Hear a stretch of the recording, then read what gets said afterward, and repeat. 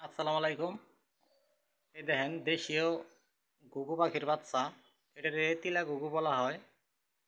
তো এই ঘুঘুটা, এই বাচ্চাগুলো সহজে কিন্তু আপনারা পালতে পারেন।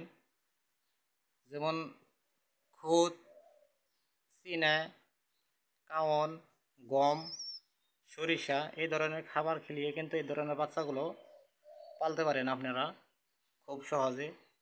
এই দেখেন বাচ্চাগুলো। তবে পহেলা 10-15 দিন বা 1 মাস পালতে একটু পরিশ্রম হয় বা কষ্ট হয়। তারপরে যখন আপনার এগুলা খাওয়া শেখা জায়গা, তখন আর কোনো কষ্ট নাই। মানে আদার দিয়ে রাখলে এমনিতেই দেখবেন যে আপনি আপনি আদার খায়।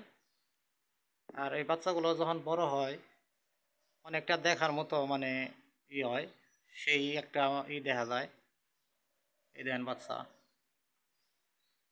তো যাদের যাদের এই ধরনের পাখি পালার ইচ্ছা আছে, তারা কিন্তু আমাদের সাথে যোগাযোগ করতে পারেন। এই দেখেন,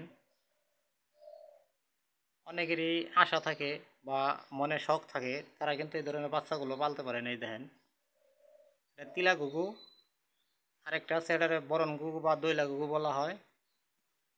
এই দেখেন।